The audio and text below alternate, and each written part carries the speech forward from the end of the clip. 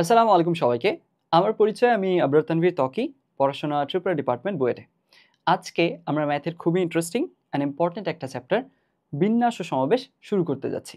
তো এখানে পড়াশোনার টপিকে যাওয়ার আগেই আমরা ৩টা পয়েন্ট একটু কথা বলে নিব। প্রথম পয়েন্ট, এই যে চ্যাপ্টারটা আমরা পড়তে যাচ্ছি এটার বিশেষত্ব কী?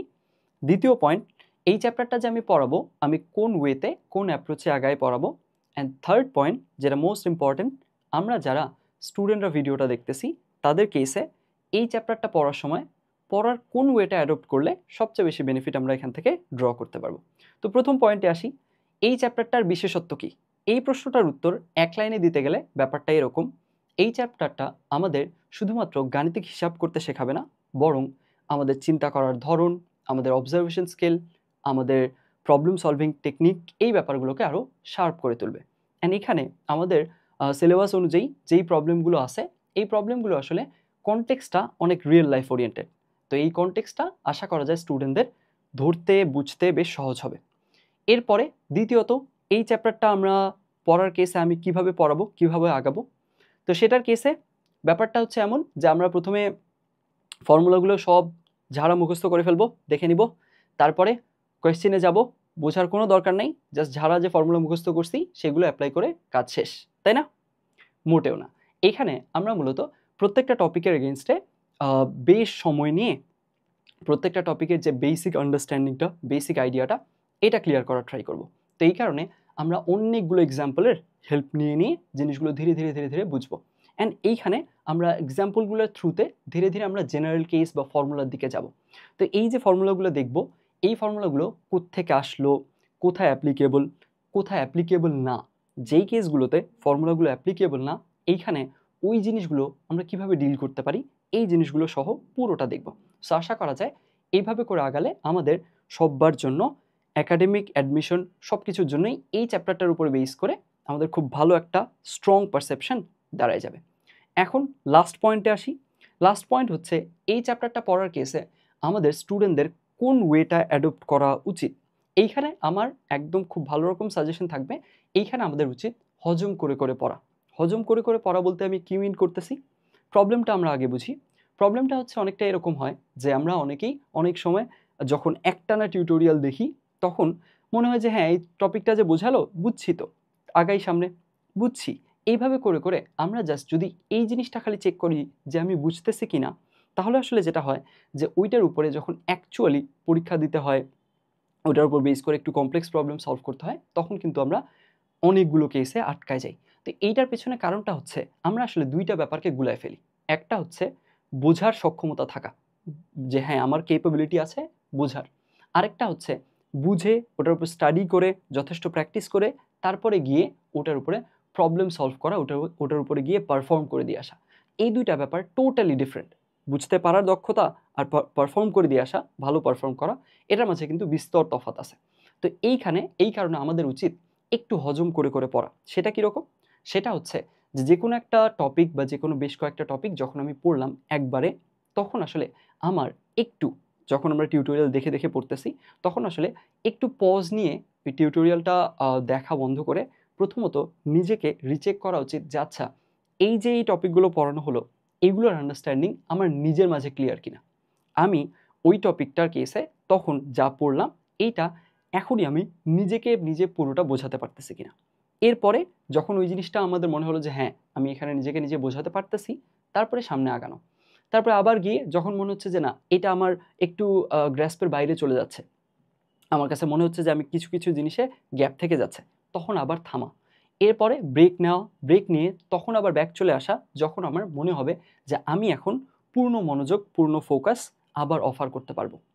এইভাবে করে যদি আমরা হজম করে করে পড়ি, অর্থাৎ কোনো একটা জিনিস পড়লাম তড়িঘড়ি করেই, তারপরে টপিকে যাচ্ছি, এইভাবে করে করে জাস্ট একের পর এক টপিক দেখে সব শেষ করে ফেললাম, কিন্তু ফাইনালি গিয়ে দেখা যাচ্ছে আমার আসলে কোনো টপিকের উপরেই আন্ডারস্ট্যান্ডিং টোটালি ক্লিয়ার হয়নি, তাহলে কিন্তু একদম শেষ পর্যন্ত আমরা এইখানে খুব একটা লাভ পাবো না। তো আমাদের উচিত হবে এইখানে একটু কোনো একটা পয়েন্ট পড়লাম, তারপরে নিজেকেই নিজে বোঝানো যে আচ্ছা এইটার টোটাল আন্ডারস্ট্যান্ডিংটা আমার ক্লিয়ার কিনা, আমার নিজের ভেতরে কোনো ডাউট আছে কিনা। তারপরে যদি দেখি যে হ্যাঁ ওটার আন্ডারস্ট্যান্ডিং আমার নিজের মাঝে ক্লিয়ার আছে, তারপরে টপিকটাতে যাওয়া। তখন এরপরে ওইটা ক্লিয়ার করে আবার তারপরের টপিকটাতে যাও। এভাবে গেলে দেখা যাবে আমাদের পড়াটা যেমন ওখানে কনসেপ্টগুলোর উপরে আমার আন্ডারস্ট্যান্ডিংটা যেমন খুব ক্লিয়ার হবে, তেমনি পড়াটা অনেক বেশি দীর্ঘস্থায়িত্ব পাবে। তো এইটাই থাকবে আমার এইটা চ্যাপ্টার পড়ার কেসে তোমাদের প্রতি সাজেশন। এই তো ভিডিওর শুরুর কথাবার্তা চলে গেল, এবার আমরা টপিকের আলোচনায় যাব। প্রথমেই আমরা বুঝি যে আচ্ছা এই বিন্যাস ও সমাবেশ এই জিনিসটা দিয়ে মেইনলি বুঝায়টা কি, এটা দিয়ে কি মিন করতেছে। তো এইটা বোঝানোর জন্য আমরা একটা এক্সাম্পল নিই। ধরে নিই আমার কাছে 3টা খেলনা আছে, যার মাঝে এইরকম 3টা প্রিন্ট আছে। তাহলে 3টা খেলনার মাঝে 3টা জিনিস প্রিন্ট করা আছে, একটাতে এ, একটাতে বি আর একটাতে সি। এখন আমি চিন্তা করলাম যে আচ্ছা এই যে আমার কাছে 3টা খেলনা আছে, এইখান থেকে আমি যদি 2টা করে নিয়ে প্যাটার্ন বানানোর ট্রাই করি। ভালো মতো বুঝো, 3টা খেলনা আছে, 3টার মাঝে ভিন্ন ভিন্ন 3টা প্রিন্ট আছে, এ বি সি। এখন এইখান থেকে আমার টার্গেট বা আমার টাস্ক হচ্ছে এইখান থেকে 2টা করে করে নিয়ে ভিন্ন ভিন্ন কতগুলো প্যাটার্ন তৈরি করা যায় সেটা একটু চিন্তা করা।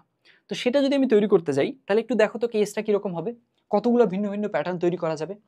এখন তুমি এখান থেকে তাহলে কি তৈরি করতে পারো, এ বি আমরা তৈরি করতে পারি, পারলাম, এটা একটা প্যাটার্ন। এ বি একটা প্যাটার্ন, তার মানে বিও আর একটা প্যাটার্ন। আবার এ সি একটা প্যাটার্ন, তার মানে সি এও একটা প্যাটার্ন। ঠিক একইভাবে বি সি একটা প্যাটার্ন, তার মানে সি বিও আর একটা প্যাটার্ন। তাহলে আমাদের মোটামুটি এই যে এই 6টা আমরা প্যাটার্ন পেলাম, এখান থেকে এই 3টা জিনিস থেকে যদি আমরা 2টা জিনিস নিয়ে কি করি, অ্যারেঞ্জ করি, সাজাই, প্যাটার্ন বানাই। এখন এইখানে মনে করো এবার এখন আমাদের টাস্কটা একটু ডিফারেন্ট করে দিল। এবার আমাকে বললো যে আচ্ছা দেখো এইখানে তো তুমি প্যাটার্ন তৈরি করছো, প্যাটার্ন তৈরি করার সময় কি হয়েছে, এ বি একটা প্যাটার্ন, বি এ আর একটা ডিফারেন্ট প্যাটার্ন, তাই না? এখন এইবার একটু কাজটাতে একটু ডিফারেন্স আসলো। এইবার আমাকে বলা হলো যে আচ্ছা এইবার আমার এই 3টা থেকে 2টা করে নিয়ে প্যাটার্ন বানাতে হবে না, বরং 2টা করে নিয়ে গ্রুপ তৈরি করতে হবে বা দল গঠন করতে হবে। এখন কথা হচ্ছে ভাইয়া দল গঠন আর আমাদের এই প্যাটার্ন বিল্ডিং এই দুইটার মাঝে বেসিক ডিফারেন্স কি, কোন জায়গাটায় ডিফারেন্স আসবে? ডিফারেন্সটা আসবে এইখানে, দেখো এইখানকার কেসে এই জিনিসটা এটা এ বি নিয়ে গঠিত, এইটাও এ আর বি নিয়েই গঠিত, কিন্তু এটাকে একটা ডিফারেন্ট প্যাটার্ন বলে আমরা রিকগনাইজ করতেছি, এইটাকে আরেকটা ডিফারেন্ট প্যাটার্ন বলে রিকগনাইজ করতেছি। কেন? কারণ এই যে এখানে আমরা কি করছি, অ্যারেঞ্জ যখন করছি এইখানে আসলে অর্ডারটা ম্যাটার করে, বুঝছি, ক্রম ম্যাটার করে। তার মানে কে আগে আসলো কে পরে আসলো এই জিনিসটা এইখানে কি করে, ম্যাটার করে যখন আমরা প্যাটার্ন বানাচ্ছি। তাহলে এইখানে আসলে অর্ডার ম্যাটার করতেছে। কিন্তু তুমি একটু একটা জিনিস চিন্তা করো তো, আমরা যখন দল গঠন করি, কোন একটা গ্রুপ তৈরি করি, এখন আমি বললাম যে আচ্ছা দেখো 3জন মিলে তোমরা তোমাদের ক্লাস থেকে গ্রুপগুলো তৈরি করো। তো একজন এসে বললো স্যার আমরা তৈরি করছি গ্রুপ রহিম, করিম এবং জামিল নিয়ে। এখন আরেকজন বললো আচ্ছা ঠিক আছে আমি তৈরি করছি জামিল, করিম এবং রহিম নিয়ে। আচ্ছা বলো তো এই দুইটা গ্রুপের মাঝে কোনো ডিফারেন্স আছে? কোনো ডিফারেন্স নাই তো। আমি আলটিমেটলি কাকে আগে বলতেছি কাকে পরে বলতেছি, এই যে অর্ডার ব্যাপারটা, ক্রম ব্যাপারটা, আগে পরে এই বলার ব্যাপারটা, এইটা আগে পরে আমি রহিমকে আগে বলছি, করিমকে দ্বিতীয়তে বলছি, জামিলকে তৃতীয়তে বলছি। আরেকজন যদি জামিলকে আগে বলে, করিমকে তারপরে বলে, তারপরে রহিমকে বলে, ওর গ্রুপ আর আমার গ্রুপ কি আলাদা? মোটেও তো না। গ্রুপ অবশ্যই কি হবে, সেমই গ্রুপ, কারণ গ্রুপের কেসে ক্রম তো ম্যাটার করে না। আমার কাকে আগে বললাম কাকে পরে বললাম এইটা আগে পরে বলার ব্যাপারটাতে তো ওইটার উপরে ডিপেন্ড করে তো আমার দল ভিন্ন হচ্ছে না। আরো সহজ এক্সাম্পল যদি আমরা চিন্তা করি, আমাদের একটা ক্রিকেট টিম যদি চিন্তা করি, একটা ক্রিকেট টিমে 11 জন সদস্য। এখন আমি কি করলাম, আমি বললাম যে আচ্ছা দেখো এই ক্রিকেট টিমে 11 জন সদস্য, এ হচ্ছে ওপেনিং করবে, এ হচ্ছে দ্বিতীয়, তারপরে এ 3 নাম্বার ব্যাটসম্যান, 4 নাম্বার ব্যাটসম্যান, এভাবে করে করে 1 থেকে 11 পর্যন্ত একদম সিরিয়াল ওয়াইজ বললাম। আরেকজন শাফল করে এলোমেলো করে বলল, কিন্তু ওই 11 জন, যেই 11 জন আমি বলছি ঠিক ওই 11 জনই বললো। এখন তুমি বলো তো ওর টিম আর আমার টিম কি আলাদা? মোটেও তো না। আমাদের দুইজনের টিম তো সেমই, কারণ আমরা একদম সেম মানুষজনের কথাবার্তাই বলছি। অ্যাজ আ হোল যদি আমরা চিন্তা করি অবশ্যই গ্রুপটা সেম। তার মানে এইবার টাস্কটাতে মেইনলি ডিফারেন্স কোন জায়গায় আসছে, যখন আমাকে গ্রুপ তৈরি করতে বলছে তখন আসলে এদের অর্ডার ম্যাটার করে না। তুমি কাকে সামনে রাখতেছো কাকে পেছনে রাখতেছো ম্যাটার করে না, ম্যাটার করে তোমার পুরোপুরি ওভারঅল যে অ্যাজ আ হোল এই যে আইডেন্টিটিটা, ওই গ্রুপটা ওইটা ইউনিক কিনা এটা ডিপেন্ড করে। তো এখান থেকে আমরা যদি 2টা করে নিয়ে গ্রুপ তৈরি করতে চাই তাহলে কতগুলো গ্রুপ হতে পারে একটু দেখো তো।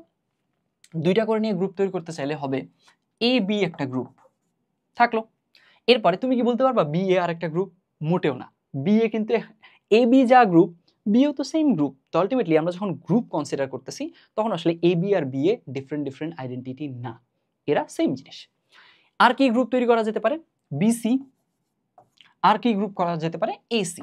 এই তো, তার মানে এইখান থেকে এই তিনটা এলিমেন্ট থেকে আমি যদি গ্রুপ তৈরি করি দুইটা করে নিয়ে, তখন আসলে এই তিনটা গ্রুপ তৈরি করা পসিবল। এই তিনভাবে গ্রুপ তৈরি করা পসিবল। তো এই যে দেখো, তাহলে আমরা কি করলাম, তিনটা ডিফারেন্ট ডিফারেন্ট এলিমেন্ট ছিল, সেইখান থেকে আমাদেরকে দুইটা করে নিয়ে একবার প্যাটার্ন বানাতে হলো, আরেকবার গ্রুপ তৈরি করতে হলো, একটা দল গঠন করতে হলো। এই যে দুইটা কাজ, এইখানেই মূলত বেসিক বিন্যাস আর সমাবেশের সংজ্ঞা আমরা কনসেপ্ট শিখে ফেলেছি। সেটা কিভাবে? এই যে এখানে যে কাজটা করছিলাম এইটা হচ্ছে বিন্যাস, আর এইখানে যে এই যে দল গঠন করছি, কমিটি গঠন করব, আমরা হচ্ছে গ্রুপ গঠন করব, এইখান থেকে এই ব্যাপারটুকু হচ্ছে সমাবেশ। তার মানে বিন্যাস আর সমাবেশের কেসে এগুলোকে যদি আমরা একটু ডিফাইন করতে চাই, কিভাবে বলতে পারি? এখানে বলতে পারি এভাবে, কিছু সংখ্যক জিনিস থেকে পার্টিকুলার কিছু জিনিস নিয়ে, সবগুলোও নিতে পারি, কম সংখ্যকও নিতে পারি, পার্টিকুলার কিছু জিনিস নিয়ে আমরা যদি অর্ডারকে কি করি, প্রাধান্য দিয়ে বা অর্ডার ম্যাটার করে এমনভাবে সাজাই, তখন এই ব্যাপারটাকে আমরা বলবো কি? বিন্যাস। আর যদি এখান থেকে আমরা একটা কি করি, দল গঠন করি, গ্রুপ তৈরি করি, যেখানে অর্ডার ম্যাটার করবে না, কারণ গ্রুপ তৈরি করার সময় তো অর্ডার ম্যাটার করে না, তখন সেই ব্যাপারটুকু হচ্ছে সমাবেশ। বুঝছি? তাহলে এখানে বিন্যাস আর সমাবেশের একদম কোর কনসেপ্টটা আই গেস, যদি কেউ বিন্যাস ও সমাবেশ এই ব্যাপারগুলোর সাথেই টোটালি অপরিচিত হয়ে থাকো, তার এখান থেকে আই হোপ গঠিত হয়ে গেল। তাহলে আলটিমেটলি আমরা কি দেখলাম? আমরা এইখান থেকে সামারি করতে পারি এভাবে, যে আমরা প্রথমেই বিন্যাস এবং সমাবেশ এই জিনিসটা বলতে মেইনলি কি বোঝায় সেটার সাথে পরিচিত হলাম। যে বিন্যাস হচ্ছে আমি ওখান থেকে নিয়ে প্যাটার্ন তৈরি করব, যেই প্যাটার্নগুলো তো অবশ্যই অর্ডার ম্যাটার করবে, এই যেইভাবে সাজাচ্ছি এইগুলো হচ্ছে বিন্যাস। আর আমি যদি এখন জাস্ট এলিমেন্টের গ্রুপ তৈরি করি যেখানে অর্ডার ম্যাটার করবে না, তো সেইখানে ওই কাজটা হচ্ছে কি? সমাবেশ। এখন আমাদের মূলত এইখানে ফার্স্টলি আমাদের এখনকার প্রায়োরিটি, এখনকার আলোচ্য বিষয় হচ্ছে বিন্যাস, অর্থাৎ আমাদের এখন এই পুরো ভিডিওতে আমরা যতগুলো আলোচনা করব সেই সব জায়গায় অর্ডার ম্যাটার করবে। বুঝছি? কে আগে কে পরে এইটা অবশ্যই ম্যাটার করবে। আগে পরের উপর বেস করে কিন্তু আমাদের কি করবে, আমাদের কাউন্টিং আমরা বাড়াবো। দেখো এই যে এখানে এ আগে বি পরে, কিন্তু পরবর্তীতে এই সেম এলিমেন্ট এ আর বি দিয়েই গঠিত, কিন্তু ওলট পালট করে দিছি, বি কে আগে দিছি এ কে পরে দিছি। তো এই কারণে এইটাকে একটা ডিফারেন্ট কাউন্ট করছি, এটাকে ডিফারেন্ট কাউন্ট করছি। বুঝছি? চলে গেল। এইবার এখন আমরা দেখবো যে আচ্ছা এই যে বিন্যাস সমাবেশ, এইখান থেকে এইটা আসলে আমাদের রিয়েল লাইফের অ্যাপ্লিকেশন কীরকম, অ্যান্ড এইখান থেকে আসলে প্রবলেম কীভাবে সেট করা যায়। তো চলো আমরা শুরু করি। এইখানে আমাদের এই ভিডিওটা যারা আমরা বেশিরভাগ মানুষ দেখতেছি, বেশিরভাগই কি একটা মোবাইল ফোনে দেখতেছি, তাই না? আমিও ভিডিওটা শ্যুট করতেছি একটা মোবাইল ফোনে। তো এখন মোবাইল ফোনের কেসে যদি তুমি একটু চিন্তা করো, আমাদের মোবাইল ফোনে কিন্তু বাংলাদেশে এখন আসলে মোবাইল ফোন নাম্বারগুলোতে ডিজিট কত? 11টা ডিজিট, তাই না? কিন্তু 2006 সাল কিংবা তার আগ পর্যন্ত, তার আগে কিন্তু ডিজিট 11টা ছিল না। আগে ডিজিট ছিল মোবাইল ফোনের নাম্বারগুলোতে 10টা করে। এখন কথা হচ্ছে কেন ভাইয়া 10টা করে কেন ছিল? আর 10টা করার থেকে যদি ওইটাই থেকে থাকে, তাহলে আমাদের 11টা করার প্রয়োজন কি পড়লো? সেই ব্যাপারটুকু একটু বোঝার ট্রাই করি, তাহলে আমাদের এই যে এখান থেকে যে এইখানে যে আসলে বিন্যাস ব্যাপারটা ইনভলভড, সেটুকু সম্পর্কে আইডিয়া পাবো। তো এখন একটু আমরা সিনারিওটা একটু আমরা এখন যতটা সিম্পলিফাইড আকারে দেখব, এতটা সিম্পলিফাইড না, আমরা জাস্ট একটা সিম্পলিফাইড ভার্সন দেখব। সিম্পলিফাইড ভার্সন বলতে আমি কি মিন করতেছি? দেখো ডিফারেন্ট ডিফারেন্ট মোবাইল অপারেটর আছে না, গ্রামীণ ফোন, রবি, বাংলা লিঙ্ক, তো এদের জন্য তো আসলে কোডটা ডিফারেন্ট, তাই না? গ্রামীণ ফোনের জন্য 017, কোনোটার জন্য 018, কোনোটার জন্য 013, এরকমভাবে ডিফারেন্ট। তো আমরা এই জিনিসটার জাস্ট আলোচনাটার সহজ করার সুবিধার্থে আমরা জাস্ট গ্রামীণ ফোন নিয়ে আলোচনা করব। তো আমরা গ্রামীণ ফোন নিয়ে যদি আলোচনা করি, তাহলে আমাদের কোডটুকু হচ্ছে ফিক্স, 017 ধরে নিলাম ফিক্সড থাকলো। এরপরে এইটুকু ফিক্সড চলে গেল, তাহলে এরপরে আমরা যে অন্যান্য ডিজিট নিব সেইগুলো কিন্তু ডিফারেন্ট হতে পারে। তাহলে আমরা দেখি তো আমাদের 10 ডিজিটের নাম্বার 3টা তো ফিক্সড, তাহলে আমাদের বাকি থাকে 7টা ডিজিট, যেইগুলো এইখানে কি করতে পারে, ভ্যারি করতে পারে, ওগুলো ফিক্সড না। তাহলে এখানে আমরা 7টা বক্স বানায় ফেলি। হ্যাঁ, তাহলে 7টা বক্স যদি বানায় ফেলি, এখান থেকে কয়টা হলো? 1 2 3 4 5 6 7টা। এই যে 7টা বক্স, এই 7টা বক্সে ডিফারেন্ট ডিফারেন্ট ডিজিট বসে different different mobile number form করবে। এখন একটু আমরা লজিক্যালি চিন্তা করি তো, যে আচ্ছা আসলে কতগুলো মোবাইল নাম্বার ফর্ম করা যাবে এইখানে, যদি আমরা 10 ডিজিটের মোবাইল নাম্বার নেই গ্রামীণ ফোন অপারেটরের, তাহলে এখানে আমরা একটু চিন্তা করলে বুঝবো যে আমাদের যদি একটা মাত্র ডিজিট থাকতো, ধরে নিলাম একটা মাত্র ডিজিট আছে মোবাইল ফোনে, একটা মাত্র ডিজিট, ফিক্সডই, ওকে তো আর চেঞ্জ করা যাচ্ছে না, তাই না? আলটিমেটলি ওকে নিয়ে তো আমার অ্যারেঞ্জমেন্টের কিছু নেই, অ্যারেঞ্জমেন্টের ব্যাপার আছে এইগুলোতে। এখন এইখানে দেখো তো, তাহলে এখানে কয়টা অপশন থাকতো, আমরা কয়টা প্যাটার্ন বানাতে পারতাম, কয়জনকে মোবাইল ফোন এর সংযোগটা দিতে পারতাম, ভিন্ন ভিন্ন মোবাইল নাম্বার। তো এখানে আমরা দেখতে পাচ্ছি যে এখানে খুব সহজে আমরা যদি বিন্যাস সমাবেশের কোনো জ্ঞান নাও থাকে, আমরা কমন সেন্সেই বুঝতে পারতেছি 10 জনকে দেওয়া যেত। কিভাবে?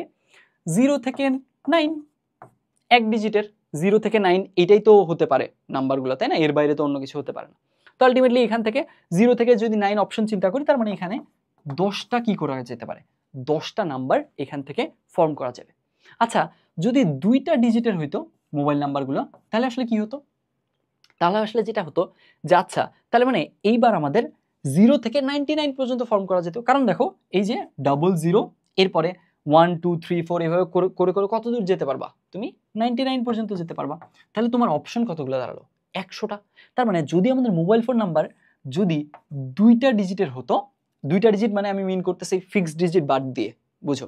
তাহলে 2টা ডিজিট যদি আমাদের এরকম থাকতো, তাহলে এখান থেকে আমরা 100 জনকে ডিফারেন্ট মোবাইল নাম্বার দিতে পারতাম। তো এখন এইভাবে করে আমরা যদি একটু সিম্পলি এইবার এখন নাম্বার দিয়ে চিন্তা না করে, নাম্বার দিয়ে চিন্তা করতে পারবো, কোনো সমস্যা নাই, কিন্তু একটু আমরা এই জিনিসটাকে একটু মেথডিক্যাল অর্ডারে চিন্তা করি। কিভাবে? সেটা এইভাবে যে তুমি খেয়াল করো তো, এইখানে দেখো এই ঘরটার জন্য অপশন কতগুলো তোমার বসানোর, দেখো তো বসানোর অপশন হচ্ছে 10টা, তাই না? কারণ 0 থেকে 9 সব কিছু বসানো যাবে, থাকলো এখানে একটা ডিজিট বসলো। আচ্ছা, তারপরে বলো তো এই ঘরে তাহলে ডিজিট বসানোর অপশন কতগুলো? এখানেও 10টা, কারণ নাম্বার তো রিপিট হতে পারবে। এখানে যদি 7 বসে, এমন কোনো কথা আছে এখানে 7 বসতে পারবে না? অফকোর্স বসতে পারবে, এখানে যে কোনো কিছু বসতে পারবে। তার মানে এই ঘরটার জন্য অপশন কিন্তু 10টা। তাহলে আমরা কি বলতে পারি না যে আচ্ছা ভাইয়া, এই ঘরটায় ধরে নিলাম এখানে প্রথমে বসাবো, এই ঘরটায় তার মানে আমাদের অপশন পাচ্ছি 10টা অপশন। এন্ড এই প্রত্যেকটা অপশনের জন্য, for every option setting here, এখানে যে ডিজিটটা বসতেছে এটার প্রত্যেকটার জন্য, 10টার প্রত্যেকটার জন্যই এইখানে আবারও 10টা অপশন। তাহলে এখন একটু দেখো তো, এই 10টার প্রত্যেকটার জন্য এখানে 10টা, তার মানে কয়টা মোট? 10 × 10 100টা। কিভাবে আরো সহজে বলি, আমি ধরে নিলাম যে আমার একটা ক্লাসে 25 জন শিক্ষার্থী আছে, এই 25 জন শিক্ষার্থীর প্রত্যেকের কাছে 10টা বই আছে, তার মানে আলটিমেটলি টোটাল বই সংখ্যা কত? 25 × 10 250টা। ঠিক ওই জিনিসটাই এখানে হচ্ছে, এই ডিজিট এই জায়গাটায় বসতে পারে 10টা ডিজিট। এই 10টা ডিজিট যারা বসতে পারে, for each and every one of them, প্রত্যেকের জন্য এইখানে আবার আরো 10টা অপশন, আরো 10 জন বসতে পারে। তাহলে এই প্রত্যেকে, এখানে যদি 7 হয়, 7-এর জন্য অপশন 10টা, 8-এর জন্য অপশন 10টা, 9-এর জন্য 10টা, এভাবে করে করে 10টার জন্য 10টা, প্রত্যেকের জন্য 10টা। তাহলে আলটিমেটলি কি দাঁড়াচ্ছে? 10 × 10 টোটাল অপশন আমাদের 100টা। এই যে এই ব্যাপারগুলা, তার মানে আমরা দেখতেছি যে আচ্ছা, একটা ডিজিট হলে অপশন হচ্ছে 10টা, যদি 2টা ডিজিট হয় তাহলে অপশন হচ্ছে 100টা, 3টা ডিজিট হলে তখন কি হবে? 10 × 10 × 10, 3টা 10 গুণ হবে, তার মানে 10⁻³ হবে। তার মানে আমরা খুব সহজেই বুঝতে পারতেছি যে আমাদের আসলে এইখানে আমাদের কতগুলো বসানো যায় বলো তো? এখান থেকে বসানো যাচ্ছে কত? এখান থেকে বসানো যাচ্ছে 7টা ঘর আছে, 7টা ঘর। তাহলে আমরা একটু আগেই তো সেন্সটা বিল্ড করে ফেলছি, যতগুলো ঘর থাকবে যেহেতু প্রত্যেকটা ঘরে বসানোর জন্য আমাদের অপশন মোটামুটি 10টা সবগুলোর জন্য। তো তার মানে বুঝাই যাচ্ছে 7টা ঘর, তাহলে প্রত্যেকটার জন্য 10টা করে, 10 10 10 10 10 10 10, এভাবে করে হয়ে যাবে কত? 10⁻7। 10⁻7 কেন? কারণ 7টা 10 পরস্পর গুণ হয়ে যাচ্ছে। তো 10⁻7 মানে কি বলতো? 10⁻7 মানে হচ্ছে একের পেছনে কয়টা শূন্য? 10 হলে শূন্য হয় একটা, 10⁻7 হলে তার মানে অবশ্যই একের পেছনে 7টা শূন্য। 7টা শূন্য আসলে হলে কতগুলো সংযোগ দেওয়া যাচ্ছে একটু বুঝি তো আমরা। 7টা শূন্য হলে আসলে সংযোগ দেওয়া যাচ্ছে একক, দশক, শতক, হাজার, অযুত, লক্ষ, নিযুত। তারপরে এই যে 7টা শূন্যই থাকলো, তার আগে থাকলো 1, তাহলে কোটি। 1 কোটি মানুষকে কি দেওয়া যাচ্ছে আসলে এইখান থেকে আমরা সংযোগ দিতে পারতেছি, বুঝছি? তাহলে যখন 10টা ডিজিটের নাম্বার মোবাইল নাম্বার ছিল, আমরা যদি একটা সার্টেন অপারেটরের গ্রামীণ ফোন অপারেটরের কথা চিন্তা করি, তখন আসলে এইভাবে করে একক, দশক, শতক, হাজার, অযুত, লক্ষ, নিযুত, কোটি, 1 কোটি মানুষকে কিন্তু কি দেওয়া যাচ্ছে? সংযোগ দেওয়া এখান থেকে যাচ্ছে। এই যে তার মানে আমরা পেলাম যে আচ্ছা, যখন 10 ডিজিটের নাম্বার ছিল কোনো একটা সার্টেন অপারেটরের জন্য 1 কোটি মানুষকে সংযোগ দেওয়া যাচ্ছিল। কিন্তু এখন তুমি দেখো তো বাংলাদেশের জনসংখ্যা ক্রমাগত বাড়তেছে না? তো এখন এইখানকার কেসে এই যে ক্রমাগত জনসংখ্যা বাড়তেছে, সো আলটিমেটলি 1 কোটি এই নাম্বারটা কি ক্রস করে যেতে পারে না? মোবাইল ফোন ইউজারের নাম্বার ধীরে ধীরে বাড়তেছে, দেশের জনসংখ্যা বাড়তেছে, মোবাইল ফোন ইউজারের নাম্বার বাড়তেছে, আবার একই মানুষ একাধিক সিম ওন করে। সো আলটিমেটলি এই নাম্বারটা কিন্তু খুব সহজে 1 কোটি ক্রস করে যেতে পারে। তো যার কারণে 2006 সালে যেটা করা হয় সেটা হলো এই যে মোবাইল ফোন নাম্বারের লেন্থটাকে 10টা থেকে 11টাতে নিয়ে যাওয়া। আচ্ছা, 11টাতে নিয়ে গেলে তাহলে কি হচ্ছে একটু চেঞ্জটা দেখো তো। 11টাতে নিয়ে গেলে যে চেঞ্জটা হচ্ছে সেটা হচ্ছে এই জায়গাটায় আরেকটা আমাদের স্পেস পাচ্ছি। আরেকটা স্পেস পাচ্ছি মানে কি, এর জন্যও তো অপশন 10টা। বুঝছো ব্যাপারটা? আমাদের প্রত্যেকটা ঘরের জন্যই তো অপশন 10টা। রিপিটেশন সম্ভব। এক জায়গায় 7 বসছে তার মানে আরেক জায়গায় 7 বসবে না, ব্যাপারটা তো এমন না।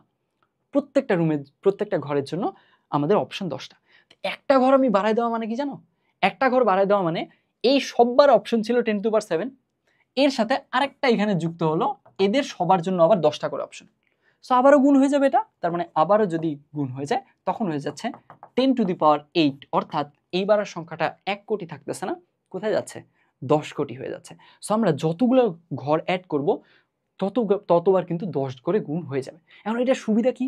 সুবিধা হচ্ছে তুমি দেখো এইখানে খুব সহজেই নাম্বারটা অনেক বাড়ানো যাবে, কারণ এইখান থেকে তুমি একটু চিন্তা করো, এইখানে 10 কোটি হলো একটা সার্টেন অপারেটরের জন্যই, জাস্ট গ্রামীণ ফোনকেই 10 কোটি নাম্বার তাদেরকে দেয়া যেতে পারে। এখন এখানে তুমি আরো 2টা ঘর বাড়ায় দাও তো, 10 কোটি থেকে আরেকটা যদি ঘর বাড়ায় দেই তাহলে কি হয়ে যাবে? 100 কোটি হয়ে যাবে, তারপরে 1000 কোটি হয়ে যাবে, যেটা অনেক বড় একটা নাম্বার। বোঝা গেছে? সো আলটিমেটলি এই যে এই জায়গাগুলোতে আমরা কিন্তু প্যাটার্নের কাজ, বিন্যাস সমাবেশের কাজ দেখতে পাচ্ছি। এখন আরো একটা এক্সাম্পল দিই, কিরকম সেটা দেখো তো। এই ভিডিওটা আমরা বেশিরভাগ মানুষ কোথায় দেখতেছি? অলমোস্ট সবাই আমরা এটা ইউটিউবে দেখতেছি, তাই না? এখন ইউটিউবের কেসে কি হয়, ইউটিউবের প্রত্যেকটা ইউনিক ভিডিওর জন্য এক একটা কি থাকে, ইউনিক লিঙ্ক থাকে একটা, ওটাকে ইউআরএল বলি আমরা, তাই না? তো এই যে ইউআরএল বা লিঙ্কটা, এই লিঙ্কটা আমি একটা ভিডিও আপলোড করলে সেটা তোমার সাথে কখনো মিলবে না। তুমি একটা ভিডিও আপলোড করছো, আমি একটা ভিডিও আপলোড করছি, এই দুইটা কখনো মিলবে না। এদেরকে অবশ্যই স্বতন্ত্র হতে হবে, ইউনিক হতে হবে, ভিন্ন হতে হবে। তো এখন এই ভিন্ন হওয়ার কেসে তুমি একটু চিন্তা করো তো, ওরা যদি এরকম 2, 5, 10 এরকম অপশন রাখতো, খুব সহজেই কিন্তু আমরা নাম্বারটা কি করতে পারতাম, এক্সিড করে ফেলতে পারতাম না? কিন্তু আসলে দেখা যায় কি জানো, ইউটিউবের তুমি যদি ইউআরএল এর লেন্থটা দেখো, এই ইউআরএল এর লেন্থ হয় 11 লেন্থ হয়। 2, 3, 4, 5, 6, 7, 8, 9, 10টা হয়ে গেছে আই গেস। এই তো 1, 2, 3, 4, 5, 6, 7, 9, 10, 11, 12। আচ্ছা, একটা আমরা ইরেজ করে দিই। মোটামুটি 11 লেন্থের হয় ইউআরএলটা। এখন এই 11 লেন্থের যদি ইউআরএল হতো আর এখানে যদি মাত্র 10টা করে অপশন হতো, তাহলে আসলে নাম্বারটা কত হতো? 10⁻11, তাই না? এখন এই ব্যাপারটাকে এইখানে আসলে ইউটিউবের ইউআরএল এর কেসে প্রত্যেকটা এই ঘরের জন্য, এখানে যেমন প্রত্যেকটা ঘরের জন্য অপশন 10টা, এইখানে প্রত্যেকটা ঘরের জন্য অপশন কতগুলো করে জানো? 64টা অপশন। এখন 64টা অপশন, আচ্ছা অপশনগুলোও বলে দিই। অপশনগুলো হচ্ছে 0 থেকে 9, 10টা। ইংলিশ আমরা যে অ্যালফাবেট আছে, অ্যালফাবেটের ছোট হাতের অক্ষর স্মল এ থেকে জেড 26টা, ক্যাপিটাল এ থেকে জেড আরও 26টা, 26 26 কত হয়ে গেল? 52, 52 10 62, আর লাস্ট দুইটা হচ্ছে একটা হাইফেন আর আন্ডারস্কোর। তো এখন এই যে 64টা অপশন, এই 64টা অপশনের কারণে দেখো এখন লাভটা কি হলো, সুবিধাটা কি হলো, খেয়াল করো। আমাদের প্রত্যেকটা ঘরের জন্য 64টা করে অপশন পাচ্ছি। এই ঘরের জন্য 64টা, এই ঘরের জন্য 64টা, প্রত্যেকটা ঘরের জন্য এভাবে করে করে 64টা। তার মানে একটু আগেই তো আমরা দেখছি প্রত্যেকটা ঘরের জন্য যদি 10টা করে অপশন হয়, সবগুলো গুণ হয়ে যাচ্ছে। এইখানে দেখো তো, প্রত্যেকটা ঘরের জন্য যেহেতু 64টা করে অপশন, এইখানে 64টা কতবার গুণ হবে? 11 লেন্থের, 11টা স্পেস আছে, 11টা ঘর আছে, তাহলে 11 বার গুণ হবে। 11 বার গুণ হবে মানে কি জানো? 11 বার গুণ হবে মানে 64 টু দি পাওয়ার 11 হয়ে যাবে, 64 টু দি পাওয়ার 11। এন্ড এই যে দেখো আলটিমেটলি এই নাম্বারটা এত হিউমঙ্গাস একটা নাম্বার, এটা হিউজ একটা নাম্বার। এটা কত বড় নাম্বারটা সেটা বোঝানোর জন্য to put that into perspective আমি একটা ছোট্ট এক্সাম্পল দেই, যাতে করে আমরা বুঝতে পারি যে আচ্ছা এই নাম্বারটা আসলে কত বড়। এইখানে এই নাম্বারটা এত সংখ্যক ভিডিও যদি আমরা প্রডিউস করতে পারি, ইউটিউবে আপলোড করা যায়, তখন আসলে কি হবে? তারপরে ইউটিউবের সামহাও অন্য কোনো সিস্টেম ইনক্লুড করতে হবে, হয় অপশন বাড়াতে হবে, না হয় ঘর বাড়াতে হবে, এরকম কিছু করতে হবে, সো দ্যাট আরও ভিডিওকে অ্যাকোমোডেট করা যায় ইন টার্মস অফ ইউআরএল। এখন এই নাম্বারটা এত বড় যে আমরা দুনিয়ায় এখন যত মানুষ এক্সিস্ট করে পৃথিবীতে, এখন এই প্রত্যেকে আমরা পৃথিবীর এক্সিস্টিং যত মানুষ আছে সবাই যদি প্রতি মিনিটে একটা করে ভিডিও আপলোড করতে থাকি কন্টিনিউয়াসলি, তাহলে এত সংখ্যক ভিডিও প্রডিউস করতে টাইম লাগবে 1 দিন 2 দিন না, 1 সপ্তাহ 2 সপ্তাহ না, 1 মাস 2 মাস না, 1 বছর 2 বছরও না। এইটাতে সময় লাগবে 17,000 বছরেরও বেশি। অ্যান্ড সেইটা কোন রেটে? প্রতি মিনিটে যদি আমরা পৃথিবীর সবাই একটা করে ভিডিও আপলোড করতে থাকি। বুঝছি? তার মানে এই যে দেখো আল্টিমেটলি আমাদের প্রত্যেকটা ঘরের জন্য অপশন বাড়ানোতে এই নাম্বারটা এত হিউমঙ্গাস হয়ে গেছে। বুঝতে পারছি? সো আল্টিমেটলি এইখান থেকে এখন তুমি যদি জিজ্ঞেস করো যে আচ্ছা তাহলে ইউটিউব কি আসলে কখনো ওর ইউআরএল শেষ হয়ে যাওয়ার পসিবিলিটি আছে বা শেষ হয়ে যেতে পারে কি? টেকনিক্যালি ইয়েস, কারণ এটা একটা সসীম সংখ্যা, সসীম সংখ্যার যে বড় সংখ্যা এক্সিস্ট করে, বাট প্র্যাকটিক্যালি নো, কারণ এতগুলো নাম্বারের আসলে প্রডিউস করে, এটা হিউজ একটা নাম্বার। বুঝছি? তো আলটিমেটলি আমি এখান থেকে কয়েকটা এক্সাম্পল দিয়ে জাস্ট এই ব্যাপারটা যে কত ইন্টারেস্টিং, এই ব্যাপারটার যে আসলে কতগুলো অ্যাপ্লিকেশন হতে পারে সেই জিনিসটা একটু বোঝানোর ট্রাই করলাম। এখানে আমি জাস্ট দুইটা এক্সাম্পল দিছি, চেষ্টা করছি রেলেভেন্ট এক্সাম্পল দেওয়ার। আমরা একটা মোবাইল নাম্বার বাংলাদেশের কেসে 10টা থেকে 11টা হয়েছিল, কেন হয়েছিল, এটাতে লাভটা কি হলো, সেই ব্যাপারটাকে বোঝানোর ট্রাই করছি। আর এই যে ভিডিওগুলো আমরা ইউটিউবে দেখতেছি, ইউটিউবের ইউআরএল নিয়ে একটা এক্সাম্পল দিছি। বুঝছি? এখন এরকম শত শত হাজার হাজার এক্সাম্পল দেওয়া যাবে যেইগুলো নিয়ে আমরা নিজেরা ডিল করতেছি, যেখানে প্যাটার্ন ইনভলভড, কিন্তু আমরা হয়তো ওভাবে কনসিয়াসলি খেয়াল করি না। বুঝছি? সো আলটিমেটলি এখন টেকনোলজি যেভাবে কন্টিনিউয়াসলি গ্রো করতেছে কারেন্ট ওয়ার্ল্ডে, এইখানে আসলে প্যাটার্ন রেকগনাইজ করা, প্যাটার্ন কতগুলো আছে সেইটা বের করা, প্যাটার্ন ফাইন্ড করা, এইটা ভীষণ ভীষণ ভীষণ ইম্পর্টেন্ট। শুধুমাত্র প্যাটার্ন কতগুলো আছে রিকগনাইজ করা, এইগুলোর উপরই বেস করে হিউজ কিছু ফিল্ড আছে। বুঝছি? সো আলটিমেটলি এই ব্যাপারটা, এই যে বিন্যাস এবং সমাবেশ, এই ব্যাপারটা খুবই ইন্টারেস্টিং অ্যান্ড খুবই অ্যাপ্লিকেশন আছে এই ব্যাপারটা। তো আমরা এই যে এত চমৎকার বা এত ইন্টারেস্টিং একটা ব্যাপার দেখলাম, এইবার আমরা এখন কি করব, এইটার বেসিক কিছু কাজে ডিপ ডাইভ করব এবং আমরা বোঝার ট্রাই করব যে আচ্ছা এইখান থেকে বেসিক কাজগুলো কিভাবে হতে পারে, কোন শর্তে কিভাবে কাজ হচ্ছে, কোন একটা সার্টেন শর্ত দিয়ে দিল, সেখানে আমরা আসলে কি কাজ করতে পারি, এই কাজগুলো কিভাবে করা যায়, সেই ব্যাপারগুলোই দেখার ট্রাই করব। সো আই হোপ এই পর্যন্ত আমরা সব ঠিকঠাক বুঝছি। আগাই তাহলে। এইবার আমরা দেখব গণনার যোজন বিধি। আচ্ছা প্রথমে আমরা একটু বুঝি, খেয়াল করো তো আমাদের আসলে এই পুরো চ্যাপ্টারে মেইনলি কাজটা কি? মেইনলি কাজটা হচ্ছে যে আমাদের কাউন্ট করা, কতগুলো দল তৈরি করা যাবে এটা কাউন্ট করতে হবে, কতগুলো প্যাটার্ন তৈরি করা যাবে এগুলো কাউন্ট করতে হবে। তো এই যে কাউন্ট যদি করতে চাই তাহলে কাউন্টিংয়ের আসলে আমাদের কি দরকার? প্রথমে নিয়ম জানা দরকার যে কাউন্টিংয়ের কেসে নিয়ম কি। তো কাউন্টিংয়ের কেসে মেইনলি দুইটা নিয়ম খুব প্রমিনেন্ট। সেটা কি? একটা হচ্ছে কাউন্টিংয়ের কেসে কখন আমরা যোগ করব, আর আরেকটা হচ্ছে কাউন্টিংয়ের কেসে কখন আমরা গুণ করব। তো এই যে কাউন্টিংয়ের কেসে কখন যোগ করব আর কখন গুণ করব, এই সেন্সটা বিল্ড করা, এই ব্যাপারটুকুর জন্যই আমাদের গণনার যোজন বিধি এবং গণনার গুণন বিধি আছে। এখন এইখানে দেখো গণনার তো ব্যাপারটা বুঝছি, কাউন্টিংয়ের যোজন মানে হলো যোগ, বিধি মানে হলো নিয়ম। ওই যে আমি যা বলছি তাই, যে গণনার কেসে কখন যোগ করব, যোগের নিয়মটা কি, আর কখন গুণ করব, গুণের নিয়মটা কি, এই ব্যাপারগুলো এখানে আসলে সিস্টেমেটিক্যালি এক্সপ্লেইন করা হয়। এখন এই ব্যাপারটা, এই যে গণনার যোজন বিধি এবং গণনার গুণন বিধি, এইগুলো আসলে আমরা সত্যি কথা বলতে মোটামুটি সবাই এই জিনিসগুলো জানি, বুঝি, হয়তোবা এই জিনিসটাকে ওভাবে কনসিয়াসলি আমরা রিকগনাইজ করিনি। বুঝছি? এখন এই ব্যাপারটুকু যে আমরা আসলেই জানি, অ্যান্ড চ্যাপ্টারের শুরুতেই তোমাকে বলছিলাম না যে এই চ্যাপ্টারটার অনেক বড় একটা পোর্শন জুড়ে কি আছে, সেন্স বিল্ডিং, লজিক্যাল রিজনিং, আমাদের কমন সেন্স কাজে লাগানো। এখন সেইটার একদম প্রথম অ্যাপ্লিকেশন এখানে আমরা একটু দেখব। কিভাবে? আমরা গণনার যোজন বিধি, গুণন বিধি আমরা ধরে নেই এগুলো পরবর্তীতে, এগুলো নিয়ে এখন চিন্তাই বাদ। আমরা জাস্ট ছোট্ট দুইটা এক্সাম্পল দেখি, আমরা দেখি এইখান থেকে আমরা আসলে উত্তরটা দিতে পারতেছি কিনা। এই উত্তরটা দিতে পারার সেন্সটাই মূলত এই দুইটা জিনিস। বুঝছি? তাহলে আগে আমরা এক্সাম্পলটা দেখি, উত্তরটা দিতে পারার সেন্সটা আমাদের আছে কিনা সেটা একটু চেক করি খালি। খেয়াল করো, ধরে নাও আমি রাজশাহী থেকে ঢাকায় যাব। এই রাজশাহী একটা জায়গা, ঢাকা আর একটা জায়গা। এখন আমার টাস্কটা কি, কাজটা কি? আমার টাস্ক হচ্ছে রাজশাহী থেকে ঢাকায় যাওয়া। আমাদের ঢাকা হচ্ছে ডেস্টিনেশন, ইনিশিয়াল প্লেসটা হচ্ছে রাজশাহী। এখন তোমাকে বলা হলো যে আচ্ছা দেখো, রাজশাহী থেকে ঢাকায় যদি বাসে করে যেতে হয় তাহলে উপায়, মানে রুট আছে বা রাস্তা আছে, উপায় আছে 3টা। আচ্ছা তাহলে এই যে এই 3টা উপায় আছে, আমরা এগুলোকে এই কালার দিয়ে ডিনোট করলাম, এগুলো হচ্ছে বাসে যাওয়ার উপায়। এখন আবার দেখা যাচ্ছে যে প্লেনে করে যদি আমরা রাজশাহী থেকে ঢাকায় যেতে চাই তাহলে আসলে উপায় আছে 2টা। তাহলে এখন এইগুলোকে আমরা এই অন্য একটা কালারে ডিফাইন করলাম। আচ্ছা তাহলে তুমি একটু নিজে চিন্তা করে বলো তো, এইখানে একদম কমন সেন্সে জবাব দাও যে আচ্ছা তাহলে রাজশাহী থেকে ঢাকায় যাওয়ার মোট উপায় কয়টা? অফকোর্স 5টা। জাস্ট এখানে থেকে 3টা 2টা 5টা, মানে এই কনটেক্সটে আমরা অন্য কোনো তথ্য না দেওয়া থাকলে। তাহলে এই যে এই ব্যাপারটা এখানে তুমি কি করলা, যোগ করলা না? এই যোগের সেন্সটা আমাদের আছে না? এই যোগের সেন্সটা যে আছে, এই ব্যাপারটুকু নিয়েই গণনার যোজন বিধি। এই ব্যাপারটুকু নিয়েই গণনার যোজন বিধি আমাদের কাছে মনে হচ্ছে আরে এটা তো খুবই সহজ, এটা তো খুবই প্রমিনেন্ট, এখানে মানে বোঝা না বোঝার কি আছে? পড়াশোনা না জানা মানুষও তো এটা বলতে পারবে যে হ্যাঁ 3টা আর 2টা মিলে 5টাই হচ্ছে। এখানে যদি আরো একটা অপশন থাকতো, ধরে নেওয়া যাক রেলপথ অর্থাৎ ট্রেনে যাওয়া যায় আরো একভাবে, তাহলে কয়টা হতো? 6টা হতো। তো ঠিক এই যে এই ব্যাপারটা, এই সেন্সটা আমাদের আছে, এই জিনিসটাকে জাস্ট আমরা একটু কি করব, ক্যাটাগরাইজ করব বা একটু সিস্টেমেটিক্যালি জানবো। এইটাই হচ্ছে গণনার যোজন বিধি।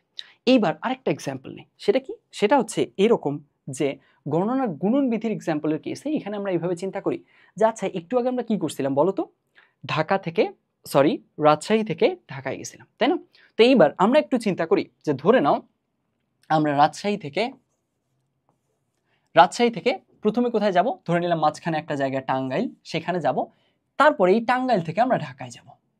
এইবার আমাদের টাস্কটা, মেইন যে টাস্কটা সেটা কিন্তু এটাই, রাজশাহী থেকে ঢাকা পৌঁছানোই আমার মেইন টাস্ক। কিন্তু এইখানে আসলে একটা ইন্টারনাল স্টেপ চলে আসছে মাঝখানে। এইবার আমাকে বলা হয়েছে যে আচ্ছা দেখো, রাজশাহী থেকে টাঙ্গাইল যাওয়ার উপায় হচ্ছে 2টা।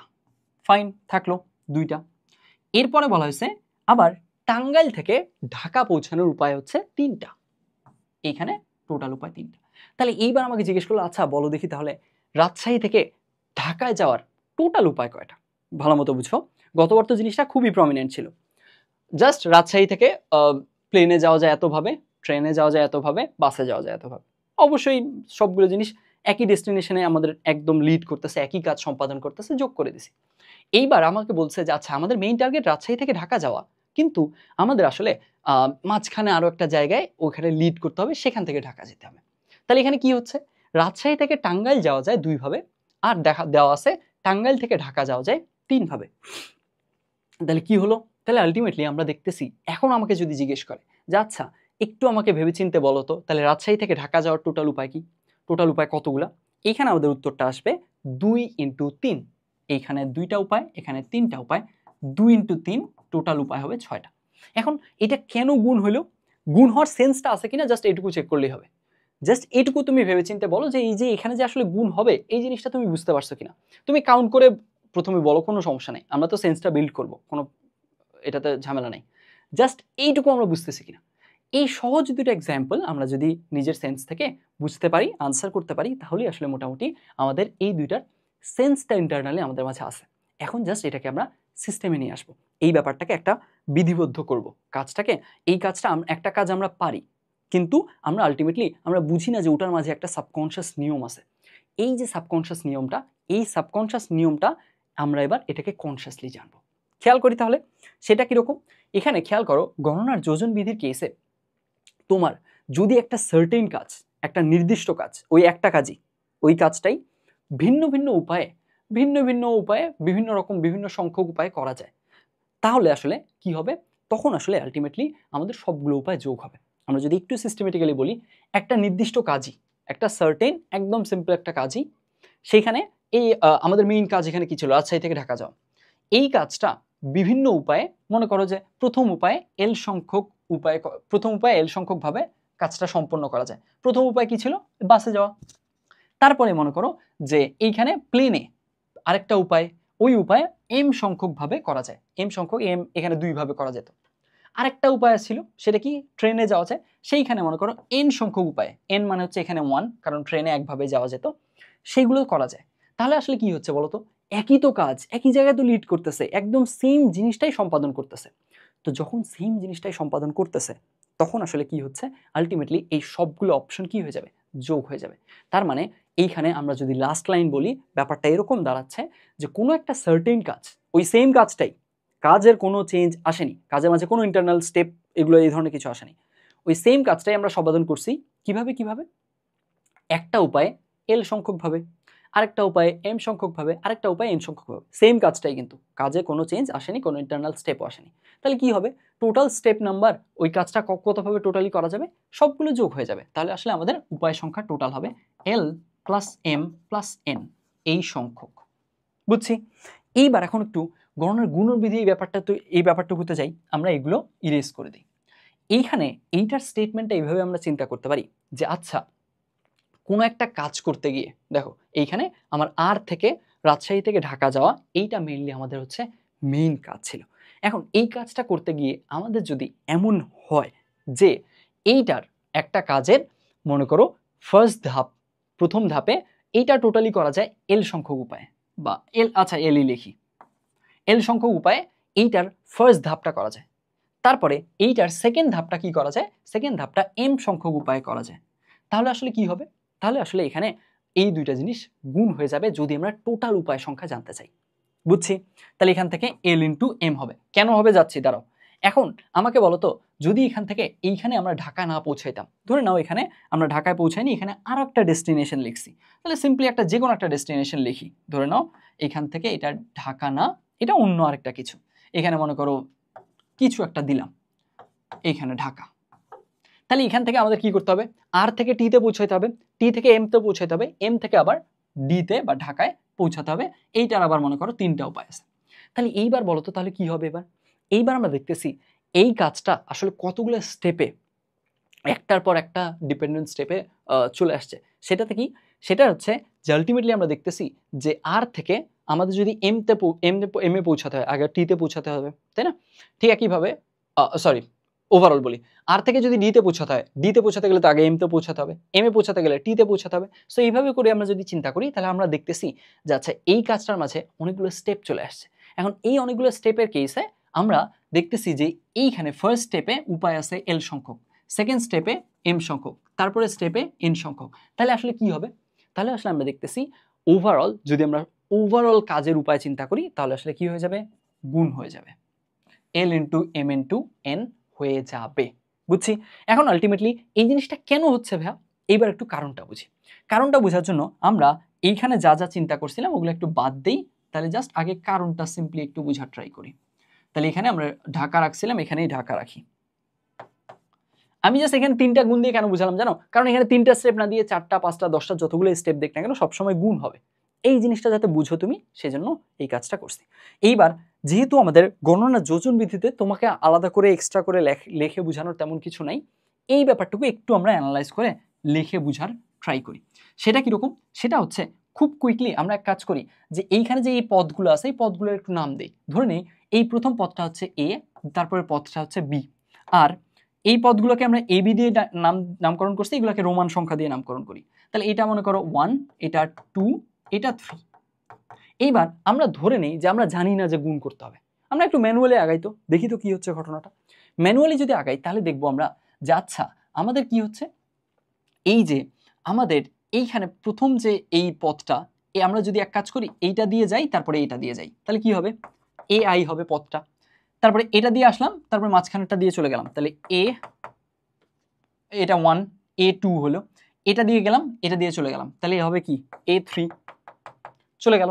আবার এইবার আমরা এ দিয়ে যতভাবে যাওয়া যায় এটা কমপ্লিট করে ফেলছি, বি দিয়ে যাই, তো বি দিয়ে যদি যাই তাহলে আবারও একইভাবে বি দিয়ে আসার পর 1 দিয়ে যেতে পারি, তারপরে বি দিয়ে যাওয়ার পর 2 দিয়ে যেতে পারি, বি দিয়ে যাওয়ার পর 3 দিয়ে যেতে পারি। এই যে আলটিমেটলি আমাদের তাহলে আসলে এই কতগুলো উপায় থাকলো। আমি ধরে নিছি যে আমি গুণ যে করতে হবে এটা প্রথমে ধরতে পারিনি, আমি ম্যানুয়ালি হিসাব করছি। এখন এই যে আমরা ম্যানুয়ালি হিসাব করছি, এইভাবে ম্যানুয়ালি কতবার হিসাব করব, আমাকে যদি এখানে 27টা ওয়ে দেয় এখানে 17টা দেয় তখন কি করব, আমাদের একটা আসলে কি থাকতে হবে, এই জিনিসটার মাঝে যে একটা জেনারেল একটা ফর্মুলা আছে, এটার মাঝে যে একটা প্যাটার্ন আছে সেটা ফাইন্ড আউট করতে হবে। তো সেটা কিভাবে ফাইন্ড আউট করতে পারি, সেটা কিভাবে বুঝতে পারি একটু দেখি। খেয়াল করো এইটার মাঝে আমরা দেখতেছি যে আচ্ছা রাজশাহী থেকে টাঙ্গাইল যাওয়ার উপায় হচ্ছে 2টা, কিন্তু এই 2টা উপায়ের প্রত্যেকটার জন্য টাঙ্গাইল থেকে ঢাকা যাওয়া পর 3টা। ভালো মতো বুঝো, এইখানে এই জাস্ট একটা কথাই তোমার জিনিসটার আন্ডারস্ট্যান্ডিংটা ইনশাল্লাহ ক্লিয়ার হয়ে যাবে। রাজশাহী থেকে টাঙ্গাইল যাওয়ার উপায় হচ্ছে 2টা, আর এই টাঙ্গাইল যে যাচ্ছি আমরা রাজশাহী থেকে টাঙ্গাইল, এটা একটা ইন্টারনাল স্টেপ, আমাদের মেইন কাজ হচ্ছে এইখান থেকে এখানে যাওয়া। এই ইন্টারনাল স্টেপে এখানে আলটিমেটলি আমরা পাইলাম 2টা উপায়, এই 2টা উপায়ের প্রত্যেকের জন্য উপায় আছে পরবর্তীতে 3টা। তাহলে এইবার একটু তুমি আবার ওই আমার আগের এক্সাম্পলে ফিরে যাও তো। আমার এক ক্লাস ছিল, ওই ক্লাসে 25 জন স্টুডেন্ট ছিল, ওই 25 জন স্টুডেন্টের প্রত্যেকের 10টা করে বই ছিল, তাহলে আলটিমেটলি কতগুলো বই আছে, গুণ হয়ে যাবে। আলটিমেটলি তাহলে কত হচ্ছে 250টা বই থাকতেছে। এইখানেও একদম তাই, এইখানে 2টা পথ আছে, এখানে এই 2টা পথের প্রত্যেকটার জন্য 3টা আছে। সো আলটিমেটলি এইখানে যেহেতু প্রত্যেকের 2টা জিনিস আছে, ওটার প্রত্যেকের জন্য 3টা করে উপায় আছে, তার মানে অবশ্যই 6টা উপায়, 2 × 3 হবে। তো এইখানে আলটিমেটলি এই যে ওর প্রত্যেকের জন্য, এই কথাটা ইম্পর্টেন্ট, বুঝছি? এই জিনিসটা কিন্তু ইম্পর্টেন্ট। এইখানে যখনই তোমার এই প্রত্যেকের জিনিসটা, এই প্রত্যেকের জন্য এতগুলা, এই জিনিসটা থাকতেছে, তখনই আসলে কি হয়, তখনই আসলে সেই জিনিসটা গুণ করা যায়। জাস্ট ইন্টারনাল স্টেপ দেখলাম আর গুণ করে দিলাম, ব্যাপারটা এমন না কিন্তু। কিরকম আমি তোমাকে বুঝাই বলি। এইখানে মনে করো আর আছে, এখানে টি আছে, তারপর এখানে এম দিছি, তারপর এখানে ডি দিছি, ফাইন থাকলো।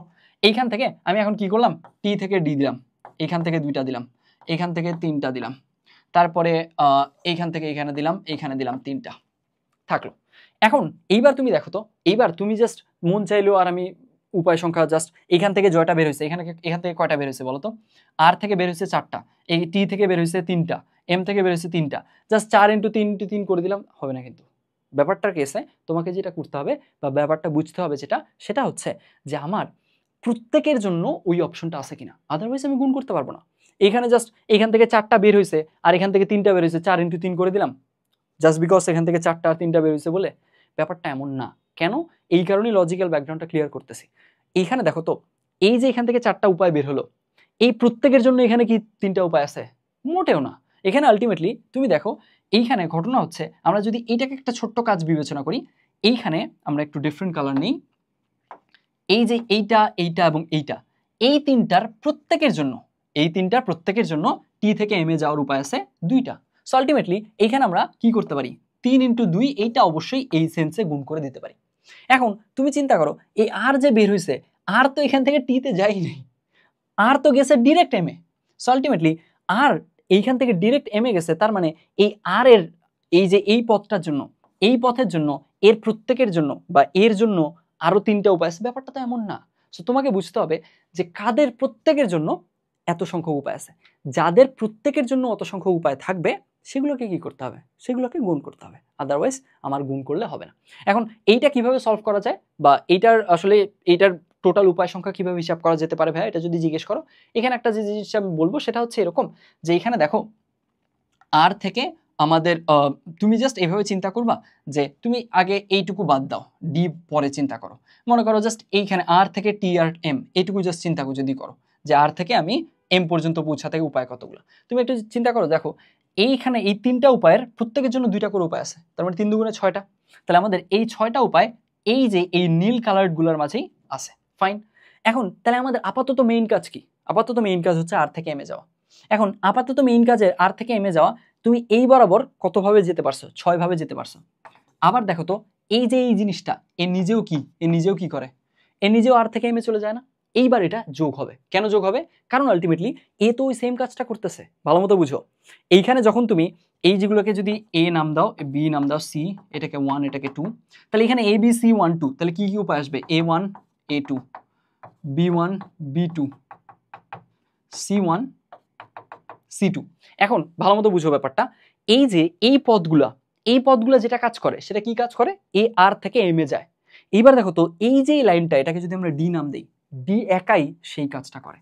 সো আলটিমেটলি আমরা কি বলছিলাম, যখনই কোনো কি হবে, উপায়গুলা একটা সেম কাজ, সেম পারপাস সার্ভ করবে, সেম কাজটা করে দিবে, সেটা যেভাবেই করুক না কেন, ইন্টারনাল স্টেপ নিয়ে করুক, এখানে একটা ইন্টারনাল স্টেপ থাকতেই পারে, পি থাকলো, ইন্টারনাল স্টেপ নিয়ে করুক আর না করুক, যেমনিই করুক, আলটিমেটলি আর থেকে ডি এই কাজটা যতজন যেভাবেই করুক না কেন, সবাই কি হয়ে যাবে? যোগ হয়ে যাবে আলটিমেটলি, বুঝছি? সো আলটিমেটলি এইখানে দেখো কি হয়েছে, এইখানে এআই বা A1 A2, তারপরে B1 B2 C1 C2, এই সবাই আসলে কি করে? আর থেকে এম এ যায়। আবার ডি তো একাই আর থেকে এম এ যায়। সো আলটিমেটলি কি বলা যায়, যে আর থেকে যদি এম এ যাওয়া, ডি বাদ দাও, এই ডিটা বাদ দাও, আর থেকে যদি এম এ যাওয়া, এটুকু জাস্ট চিন্তা করো, আমি জাস্ট সুবিধার জন্য এটুকু বাদ দিয়ে দিলাম বাদ। নাও এইবার দেখো, এখন জাস্ট কি যদি করি, আমরা চিন্তা করি, এখন চিন্তা করলে অবশ্যই কি হবে, এই 6টা উপায় এর সাথে ডি যোগ হয়ে যাবে। তাহলে টোটাল উপায় আর থেকে এম এ যাওয়ার উপায় হচ্ছে কতগুলো? 6টা প্লাস একটা 7টা। এখন এইখানেই আসলে গণনার যোজন বিধি এবং গুণন বিধির একত্রে প্রয়োগ। সেটা কিভাবে? এইখানে দেখো 3 আর 2 গুণ হয়েছে। কেন গুণ হয়েছে? কারণ এখানে গণনার গুণন বিধি অ্যাপ্লিকেবল হয়েছে। গুণন বিধি কেন অ্যাপ্লিকেবল হয়েছে? কারণ এই তিনটার প্রত্যেকের জন্য দুইটা আছে, ওই প্রত্যেকের জন্য ওই সেন্সটা থাকতে হবে। থাকলো, তাহলে এখান থেকে আমাদের মোটামুটি 3 দুগুণে 6টা উপায় পেয়ে গেলাম। এরপরে আমরা দেখতেছি তাহলে টোটাল এখন ওভারঅল কাজটা এই যে A1 A2 B1 B2 C1 C2 এগুলো কি পারপাস সার্ভ করছে বলতো? কোন কাজটা আমাকে করে দিছে? আর থেকে এমে যাওয়ার কাজটা করে দিছে। ডি তো একাই ওই আর থেকে এমে যাওয়ার কাজটা করে দেয়। তো আমরা জানছি কি সেম কাজ যতজন করে দিবে ততজন কি হয়ে যাবে, পরস্পর যোগ হয়ে যাবে। এখানে দেখো ততজন পরস্পর যোগ হচ্ছে না। এখানে তুমি একই এক্সাম্পল চিন্তা করতে পারো কিভাবে, ধরে নাও মাঝখানে পি আছে, এটা একটা উপায়, এটা একটা উপায়, এটা একটা উপায়, এটা একটা উপায়, এটা একটা উপায়, এটা একটা উপায়। আমি একটু ইরেজ করে দিয়ে বুঝাই। এই মনে করো মাঝখানে একটা ইন্টারনাল স্টেপ অ্যাড করে দিলাম, এটা এখানে থাকলো। এইবার এখন টোটাল উপায় কতগুলো আর থেকে ডিতে যাওয়ার বলো তো? এইবার এখন আমরা দেখতেছি যে আচ্ছা এখানে আমাদের গণনার যোজন বিধিও আছে, গণনার গুণন বিধিও আছে। কিভাবে খেয়াল করো, এইখানে এই যে 3টা উপায় আছে এগুলোকে ABC নাম দিলাম, এগুলোকে 1 2 3 নাম দিলাম রোমানে। তাহলে এইখানে আসলে এদের মাধ্যমে আর থেকে ডিতে যাওয়ার উপায় কতগুলো? 3 তিরিকে 9টা। কেন? কারণ এখানে গণনার গুণন বিধি হচ্ছে। গণনার গুণন বিধি কেন? কারণ এইখানে 3টা, এর প্রত্যেকের জন্য এখানে 3টা, ওই সেন্সটা ক্লিয়ার থাকতে হবে। বুঝছি? তাহলে 3 তিরিকে 9টা। আবার দেখো এরা তাহলে এই যে 9টা উপায় A1 A2 A3 B1 B2 B3 C1 C2 C3 এরা আসলে কোন পারপাস ওভারঅল সার্ভ করলো? কোন কাজটা তোমাকে করে দিল? আর থেকে ডিতে যাওয়ার কাজটা করে দিল। এইবার দেখো তো তোমার এইখান থেকে এগুলাকে যদি ABC বলো, এটাকে আমরা যদি ডি বললা, এটাকে ই বললা, এফ বললা, DEF এরাও কি ওই সেম কাজটাই করে দেয় না? তো আলটিমেটলি ওই যে তোমার A1 A2 A3 একইভাবে B1 B2, আমি একটু দ্রুত আগাচ্ছি কারণ থিওরিতে অনেক বেশি সময় লাগতেছে আমার। এই যে এই 9টা উপায়, এই 9টা উপায় যে পারপাস সার্ভ করে আর থেকে ডিতে যাওয়ার পারপাস সার্ভ করে, DEF এর ইন্ডিভিজুয়ালি তো ওই পারপাসই সার্ভ করে। সো আলটিমেটলি কি হয়ে যাবে? এইগুলো যোগ হয়ে যাবে ফর আর থেকে ডিতে যাওয়ার উপায় যদি আমরা চিন্তা করি। বুঝছি? সো আলটিমেটলি আমরা জাস্ট ইন্টারনাল স্টেপ দেখলাম আর গুণ করে দিলাম, তার ব্যাপারটা কিন্তু এমন না। আমাদেরকে একটু বুঝে শুনে কাজগুলো করতে হবে, অ্যান্ড এইগুলা খুব কোর বেসিক আইডিয়া। বুঝছি যে আচ্ছা আমাদের গণনার যোজন বিধি কেন যোগ হয়? যোগ হয় কারণ একই পারপাস সার্ভ করে।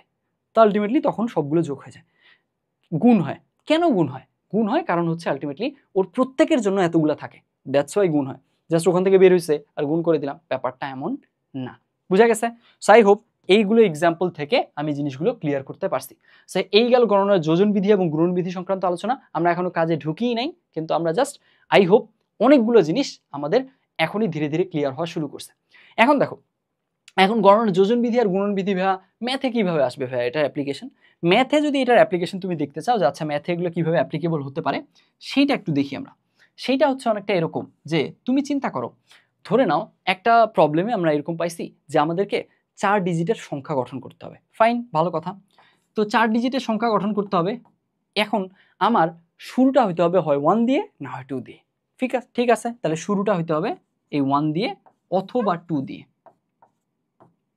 এখন তুমি হিসাব করে দেখলা বা তোমাকে কোয়েশ্চেনে দেওয়া আছে যে আচ্ছা দেখো 1 দিয়ে সংখ্যাটা শুরু করলে উপায় সংখ্যা হচ্ছে 400টা, আর 2 দিয়ে যদি সংখ্যাগুলো শুরু করি 4 ডিজিটের নির্দিষ্ট শর্ত দেওয়া আছে, তখন আমরা পেলাম উপায় কতগুলা?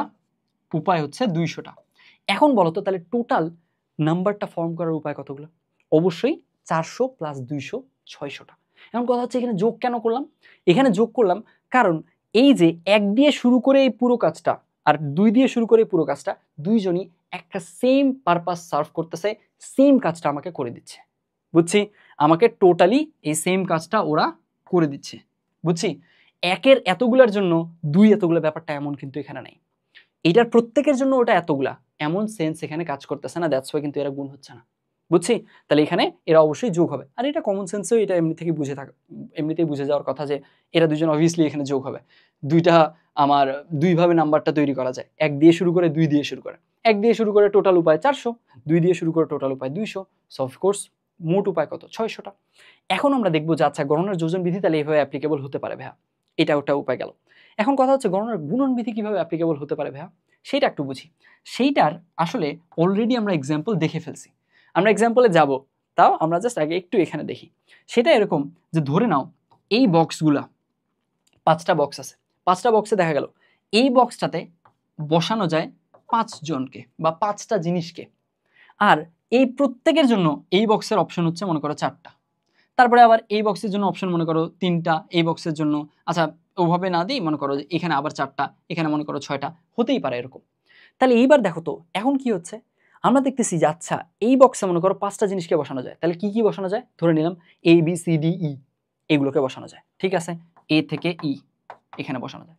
এখানে 4টা অপশন, এখানে রোমান 1 থেকে 4 বসানো যায়, থাকলো। এখানে 3টা অপশন, এখানে 1 থেকে 3 একদম জাস্ট আমাদের এরকম। আর এখানে 4টা অপশন, মনে করো এখানে ক থেকে ঘ বসানো যায়। এখানে 6টা অপশন, এখানে মনে করো ক্যাপিটাল এ থেকে ক্যাপিটাল এফ বসানো যায়। এরকম বিভিন্ন অপশন দিল। তাহলে এইবার একটু তুমি নিজে চিন্তা করো তো, এইবার কি হয়েছে, আমাকে যদি বলে যে আচ্ছা দেখো তো, তাহলে এই যে টোটাল যে আমাদের 5টা ঘর আছে এখানে, এইগুলোতে আমরা এই এই অপশন বসানো যাবে, তাহলে টোটাল কতগুলো প্যাটার্ন সম্ভব। তখন আমরা কি কাউন্ট করব, তখন আমরা দেখতেছি আরে এখানে যদি আমি এ বসাই আর এইখানে এইখানে ইচ্ছা মতো যাই বসুক না কেন, আমরা দেখতেছি এর জন্য এই ঘরের কেসে অপশন 4টা, আবার বি যদি এখানে বসাই তার জন্য অপশন 4টা, সি যদি বসাই 4টা, ডি যদি বসাই তাও 4টা, ই যদি বসাই তাও 4টা। তো আলটিমেটলি আমরা কি দেখতেছি, আমরা দেখতেছি যে আরে আলটিমেটলি আমাদের এই ঘরে যে 5 জন বসতে পারবে এদের প্রত্যেকের জন্য পরের ঘরে অপশন 4টা, বুঝছি। তো ওই যে আবারও এক্সাম্পল, 25 জন ছাত্র ছিল, প্রত্যেকের 10টা করে বই ছিল, তাহলে 250টা বই। এখানেও সেম, এই ঘরে বসতে পারবে 5 জন, ওদের প্রত্যেকের জন্য তো পরের ঘরে অপশন 4টা, তাহলে আলটিমেটলি 5 × 4 হয়ে যাবে। আপাতত এই 2 ঘর কাউন্ট করলাম। এইবার তারপরে দেখো, এইবার তারপরে আমরা দেখতেছি যে আচ্ছা ঠিক আছে এখানে বিভিন্ন অপশন বসলো, এখানে A1 বসতে পারে, A2 আসতে পারে, A3 আসতে পারে, যে কোনো কিছু আসলো। এরপর আমরা দেখতেছি এখানে A1 A2 A3 B1 B2 যাই আসুক না কেন, ওর প্রত্যেকের জন্য এই ঘরে অপশন 3টা, বুঝছো ব্যাপারটা। কারণ এই ঘরে তো আসলে 1 2 3 কোনো না কোনো কিছু বসবে, 1 বসুক 2 বসুক 3 বসুক যাই বসুক না কেন, এগুলা তো এদের যে এখানে যে 4 5 20টা অপশন পাইছি, এদের প্রত্যেকের জন্য ওই ঘরের জন্য অপশন 3টা। তাহলে আমরা কি দেখতেছি, আবারও ওই ঘটনা, 25 জন প্রত্যেকের 10টা করে বই, আবারও গুণ হয়ে যাবে, তাহলে এইটা গুণ হয়ে গেল। আবার এই যে 5 × 4 × 3 হলো, এদের প্রত্যেকের জন্য পরের ঘরে 4টা অপশন, এই যে 5 × 3 5 × 4 × 3 × 4 হলো, তাদের প্রত্যেকের জন্য আবার 6টা, দ্যাটস ওয়াই আবার গুণ হয়ে যাবে, বুঝছি। এবার এইখানে তাহলে ইন্টারনালি আমরা কিন্তু গণনার গুণন বিধিটা অ্যাপ্লাই করে ফেললাম, বুঝছি। সো কাজগুলো আমরা কি করব, কাজগুলো করব ঠিক আছে, কিন্তু একটু আমরা বুঝে করা উচিত যে আচ্ছা এইখানে আমি কেন গুণ করতেছি, এইখানে একটা কাজ করলাম কেন করলাম, সেই ব্যাপারটা বুঝলেই কিন্তু তোমার ইন্টারনাল বেসিকগুলো ক্লিয়ার থাকবে। ওই ধরনের জিনিস তখন তুমি পরে আর আটকাবা না, ওখান থেকে পেঁচাই দিলেও তুমি ওখান থেকে সর্ট আউট করতে পারবা, ফিগার আউট করতে পারবা প্রবলেমটার সলিউশন কী হবে। তো আই হোপ এই সেন্সটা আমি গ্রো করতে পারছি। দেখো আমি কিন্তু অনেকটা মানে এমন সব উদাহরণ, এমন সব কথাবার্তা বলে বোঝানো ট্রাই করতেছি যাতে করে কি হয়, কমন সেন্সেই যে কোনো একটা মানুষ বুঝতে পারে যে আচ্ছা ঠিক আছে এখানে 5টার জন্য প্রত্যেকের জন্য 4টা অপশন, সো অবশ্যই ওই যে প্রত্যেকের বইয়ের এক্সাম্পলটা দিছিলাম ওই সেন্সটা কাজ করতেছে, সো অবশ্যই গুণ হবে। তো এইভাবে করে আমি একটু আগানো ট্রাই করতেছি, আমাকে একটু টাইম লাগবে, আমি আগেই বলে নিছি টাইম লাগবে একটু বেশি, খালি জাস্ট মানে আমার সাথে স্টিক ইন করো, সো আই গেস এই জিনিসগুলো পরবর্তী দেখলে আরও ক্লিয়ার হবে। প্রথমে বেসিক বোঝাতে আমি একটু টাইম নিবই। আচ্ছা এই জিনিস চলে গেল, এখন এই জিনিস থাকলো। এইবার এখন আমাকে বলো তো, এখন এই যে এই ব্যাপারটুকু যদি বুঝে যাই আমরা, এইটার কিন্তু অলরেডি এক্সাম্পল আমরা দেখে ফেলছি। কিভাবে এটার এক্সাম্পল আমরা দেখছি, এই যে প্রথমেই আমরা কি করছিলাম, গ্রামীণ ফোনের এক্সাম্পল দিছিলাম না, তারপরে এখান থেকে ইউটিউবের এক্সাম্পল দিছি। সেইখানে গ্রামীণ ফোনের এক্সাম্পলের কেসে দেখো তো প্রত্যেকটা ঘরে বসানোর মতো অপশন 10টা ডিজিট বসানো যাবে। আবার ওই 10টার ওর প্রত্যেকের জন্য অপশন 10টা। কীরকম, এখানে যদি 7 বসাই, এই 7-এর জন্য এখানে 0 বসানো যায়, 1 বসানো যায়, 2 বসানো যায়, এভাবে করে করে 9 পর্যন্ত বসানো যায়। তাহলে আলটিমেটলি এখানে 7-এর জন্য এখানে অপশন 10টা, ঠিক আছে। কিন্তু এখানে যদি 8 বসতো তাও তো অপশন 10টা, 9 বসতো তাও অপশন 10টা, 0 বসতো তাও 10টা। তাহলে আলটিমেটলি এই ঘরে যে 10 জন বসে ওদের সবার জন্য এই ঘরের জন্য অপশন আবার 10টা। তাহলে 10 × 10 100, ওই যে গণনার গুণন বিধি, 25 জন ছাত্র 10টা করে বই, 250 বই, আলটিমেটলি 10 জন ছাত্র এর প্রত্যেকের জন্য 10টা করে বই, 100। ঠিক একইভাবে এই যে এখানে 100 হলো, এই 100-র জন্য এইখানে বসাইলাম, এখানে বসাইলাম, এটা বাদ দাও, এটা 11th ডিজিট, এইখানে এখানে তাহলে এখান থেকে এই দুইটা জায়গায় 100টা অপশন পেলাম। কিন্তু এদের প্রত্যেকের জন্য আবার তো এখানে 10টা, আবার ওদের প্রত্যেকের জন্য এখানে 10টা, সো আলটিমেটলি সবকিছু আবার কি হয়ে যাচ্ছে, গুণ হয়ে যাচ্ছে। এইখানে কেন গুণ হয়েছিল, এই ব্যাপারটাই হচ্ছে মেইনলি গণনার গুণন বিধি, বুঝছি। তাহলে আলটিমেটলি আই গেস এইবার তাহলে আপাতত এখন পর্যন্ত আমরা তাহলে কি করতে পারলাম, গণনার যোজন বিধি বুঝলাম, গণনার গুণন বিধি বুঝলাম, এদের অ্যাপ্লিকেশন কিভাবে আসতে পারে সেই ব্যাপারটুকু বুঝলাম, অ্যান্ড এটা লজিক্যাল ব্যাকগ্রাউন্ডটা অবশ্যই বুঝলাম। জাস্ট স্টেপ দেখলাম, ওখান থেকে 3টা পদ বের হয়েছে, গুণ করে দিলাম, ব্যাপারটা কিন্তু এমন না। এখানে তোমাকে বুঝে কাজ করতে হবে। একটা কাজ ওই সেম পারপাস যদি সার্ভ করে, সেম পারপাস যতজন সার্ভ করবে সবগুলো অ্যাড হয়ে যাবে। আর যখন কি হবে, সেম পারপাস সার্ভ না করে বরং একটা জিনিস একটা পারপাস সার্ভ করতেছে, ওর প্রত্যেকের জন্য এতগুলো পথ আছে, তখন তুমি ওই সেন্সে তখন কি করতে পারবা, গুণ করতে পারবা। সো আই হোপ এইগুলো জিনিস একদম কোর বেসিকগুলো আমাদের ক্লিয়ার হয়েছে। এবার আমরা সামনে আগাবো। তো এবার দেখো, এখন আমাদের একটু ফ্যাক্টোরিয়ালের ধারণা লাগবে, অর্থাৎ আমাদের ফ্যাক্টোরিয়াল সম্পর্কে জ্ঞান লাগবে। ফ্যাক্টোরিয়াল ব্যাপারটা কি? এটা খুব সহজ। ফ্যাক্টোরিয়াল ব্যাপারটা এই জিনিসটা আসলে নন নেগেটিভ ইন্টিজার বা আসলে অঋণাত্মক পূর্ণ সংখ্যার জন্য প্রযোজ্য। এখন যখন আমরা যে কোনো একটা অঋণাত্মক সংখ্যা নিব, মনে করো 4 ফ্যাক্টোরিয়াল লিখলাম।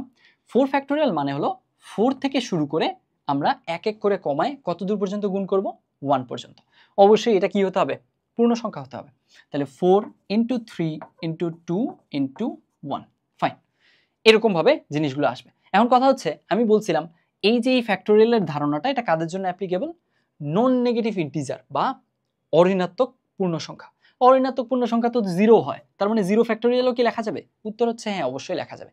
0 ফ্যাক্টোরিয়ালের মান হলো 1। এখন 0 ফ্যাক্টোরিয়ালের মান কেন 1 সেটা আমরা সামনে গিয়ে কোনো একটা পর্যায়ে দেখতে পাবো। এই জিনিসটা প্রুফ করতে আমরা যে টুলটার হেল্প নিব সেটা সামনে গিয়ে পাবো। সো আই হোপ এই ফ্যাক্টোরিয়ালের ব্যাপার বুঝছি। ফ্যাক্টোরিয়াল মানেই হচ্ছে এইখানে কোনো একটা পূর্ণ সংখ্যা দিয়ে যদি ফ্যাক্টোরিয়াল দেয়, তার মানে হলো ওইটা থেকে এক এক করে কমায় গুণ করে যেতে থাকবো কতদূর পর্যন্ত? 1 পর্যন্ত। এখন এই ফ্যাক্টোরিয়ালের কেসে এইগুলোকে এক্সপ্রেস করা যায় একটু ডিফারেন্ট ওয়েতে। কীরকম? যেমন ধরো, এই যে তুমি যদি 4 ফ্যাক্টোরিয়াল চিন্তা করলে, তার মানে এটা লেখা যায়। আচ্ছা, 3 ফ্যাক্টোরিয়াল কি জিনিস একটু দেখো তো। 3 ফ্যাক্টোরিয়াল মানে হচ্ছে 3 থেকে এক এক করে কমায় গুণ করব 1 পর্যন্ত, ফাইন। এখন একটু চিন্তা করলে আমরা দেখতে পাবো যে আচ্ছা, 4 ফ্যাক্টোরিয়ালের মধ্যেই তো 3 ফ্যাক্টোরিয়াল আছে। কিভাবে? দেখো, এই যে এখানে তুমি যদি একটু এই পয়েন্টটুকু, এই জায়গাটুকু যদি পয়েন্ট আউট করো, এইটুকু দেখো তো, এইটা পুরোটাই কি 3 ফ্যাক্টোরিয়াল না? তার মানে আমরা কি বলতে পারতেছি? তার মানে আমরা বলতে পারতেছি যে আচ্ছা, 4 ফ্যাক্টোরিয়াল মানেই হচ্ছে 4 × 3 ফ্যাক্টোরিয়াল। কারণ বাকিটা তো ওই যে 3 ফ্যাক্টোরিয়ালের সেটটাই তো গুণ হচ্ছে 3 × 2 × 1। আচ্ছা, তাহলে কি এটাকে এভাবে চিন্তা করা যেত? এটাকে কি এভাবে লেখা যেত? 4 × 3 × 2 ফ্যাক্টোরিয়াল? ইয়েস, অফকোর্স লেখা যেত। তার মানে আমরা দেখতে পাচ্ছি যে আচ্ছা, ফ্যাক্টোরিয়ালকে ভেঙে এইভাবে লেখা যায়। কোনভাবে? আমরা যদি n ফ্যাক্টোরিয়াল নেই, n ফ্যাক্টোরিয়াল মানে হচ্ছে n থেকে শুরু করে একদম 1 পর্যন্ত এক এক করে কম কম কম করে গিয়ে গুণ হবে।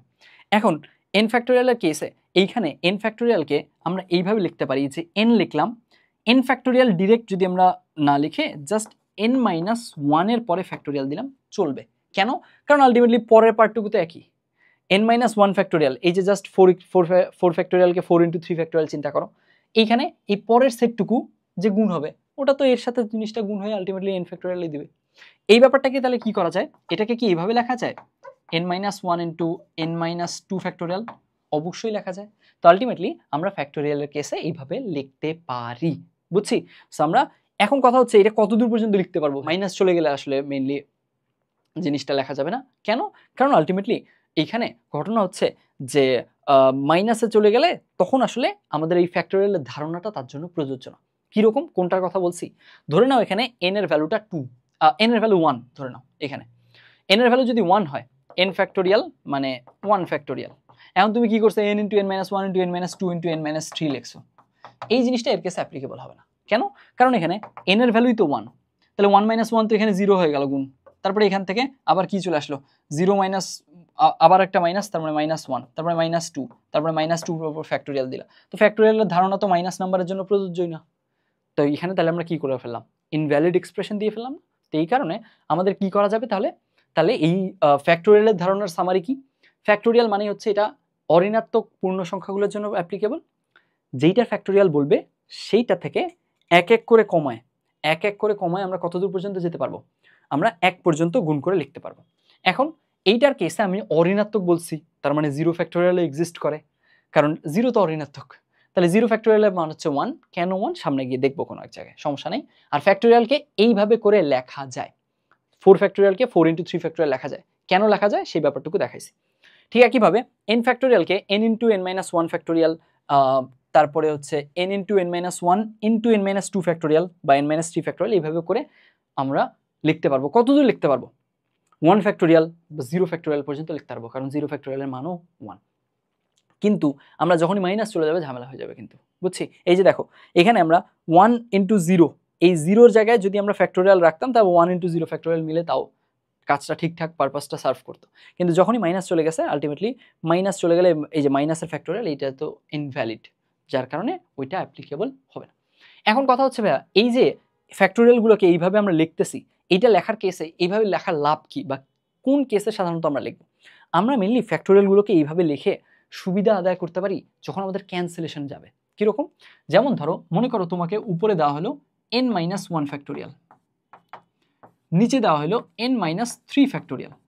এইবার দেখো তো, এখন তুমি প্রথমে একটু চিন্তা করো কে ছোট এদের মাঝে? এদের মাঝে আমরা দেখতেছি n-1 ছোট না n-3 বেশি ছোট? কোনটা ছোট বেশি? অবশ্যই n-3 বেশি ছোট। কেন? n এর জায়গায় যে কোনো একটা ভ্যালিড নাম্বার ধরো, 10 ধরে নিলাম, 10-1 তার মানে এটা উপরে 9 factorial, 10-3 7 factorial, so of course 7 factorial বেশি ছোট।